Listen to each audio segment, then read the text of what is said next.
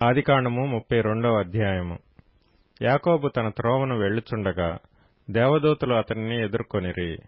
యాకోబు వారిని చూచి, ఇది దేవుని సేన అని చెప్పి ఆ చోటికి మహనయీము అని పేరు పెట్టెను. యాకోబు ఎదోము దేశమున అనగా శేయీరు దేశముననున్న తన సహోదరుడైన ఏశావు నొద్దకు దూతలను తనకు ముందుగా పంపి, మీరు నా ప్రభువైన ఏశావుతో, ఇంతవరకు నేను లాబాను నొద్ద నివసించి ఇంటిని, నా పశువులు గాడిదలు మందలు దాసదాసీ జనమును కలరు. నీ కటాక్షము నా యందు కలుగునట్లుగా నా ప్రభువునకిది తెలియచేయనంపితినని నీ సేవకుడైన యాకోబు అనెనని చెప్పుడని వారికి ఆజ్ఞాపించెను.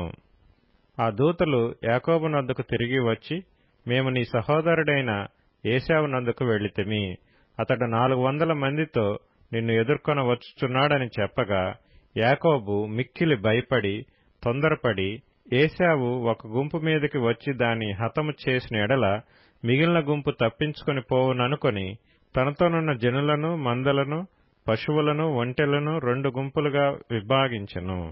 అప్పుడు యాకోబు, నా తండ్రి అయిన అబ్రాహాము దేవా, నా తండ్రి అయిన ఇస్సాకు దేవా, నీ దేశమునకు నీ బంధువుల యొద్దకు తిరిగి వెళ్ళుము, నీకు మేలు చేసేదనని నాతో చెప్పిన యెహోవా, నీవు నీ సేవకునికి చేసిన సమస్తమైన ఉపకారములకును సమస్త సత్యమునకును అపాత్రుడను. ఎట్లనగా నా చేతి కర్రతో మాత్రమే ఈ యోర్దాను దాటితిని, ఇప్పుడు నేను 2 గుంపులైతిని. నా సహోదరుడైన ఏశావు చేతి నుండి దయచేసి నన్ను తప్పించుము. అతడు వచ్చి పిల్లలతో తల్లిని నన్ను చంపునేమో అని అతనికి భయపడుచున్నాను. నేను నీకు తోడై నిశ్చయముగా మేలు చేయొచ్చు విస్తారమగుట వలన లెక్కింపలేని సముద్రపు ఇసుక వలె నీ సంతానము విస్తరింపచేయుదునని సెలవిచ్చితివే అనెను.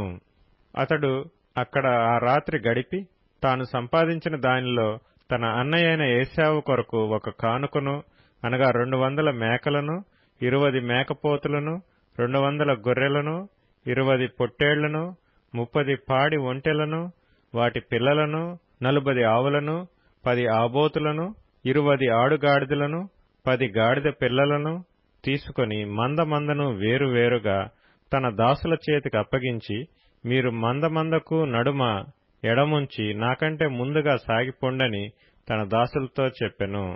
మరియు వారిలో మొదటివానితో, నా సహోదరుడైన ఏశావు నిన్ను ఎదుర్కొని, నీవెవరివాడవు, ఎక్కడికి వెళ్ళుచున్నావు, నీ ముందరనున్నవి ఎవరివని నిన్ను అడిగిన ఎడల, నీవు, ఇవి నీ సేవకుడైన యాకోబువి, ఇది నా ప్రభువైన ఏశావు కొరకు పంపబడిన కానుక, అదిగో అతడు మా వెనుక వచ్చుచున్నాడని చెప్పుమని ఆజ్ఞాపించెను.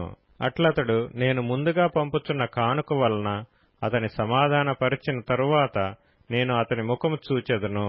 అప్పుడు అతడు ఒకవేళ నన్ను కటాక్షించుననుకొని, మీరు ఏశావును చూచినప్పుడు ఆ చొప్పున అతనితో చెప్పవలెననియు, మీరు, ఇదిగో నీ సేవకుడైన యాకోబు మా వెనుక వచ్చుచున్నాడని చెప్పవలెననియు 2వ వానికిని 3వ వానికిని మందల వెంబడి వెళ్లిన వారికందరికీ ఆజ్ఞాపించెను.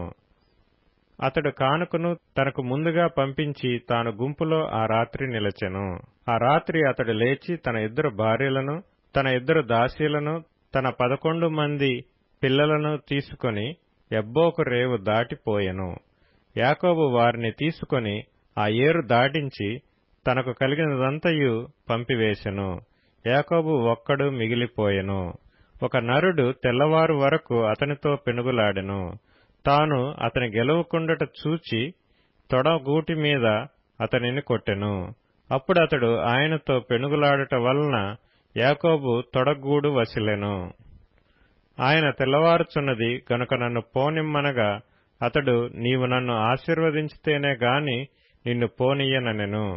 ఆయన, నీ పేరేమని అడుగగా అతడు యాకోబు అని చెప్పెను.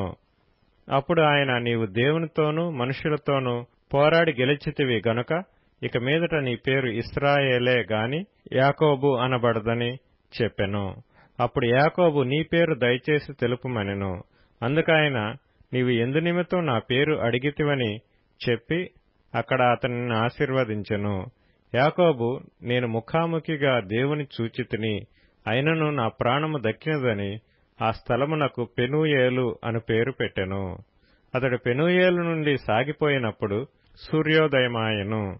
అప్పుడతడు తొడ కుంటుచూ నడిచెను. అందుచేత ఆయన యాకోబు తొడ గూటి మీద తుంటి నరము కొట్టినందున నేటి వరకు ఇశ్రాయేలీయులు తొడ గూటి మీదనున్న తుంటి నరము తినరు.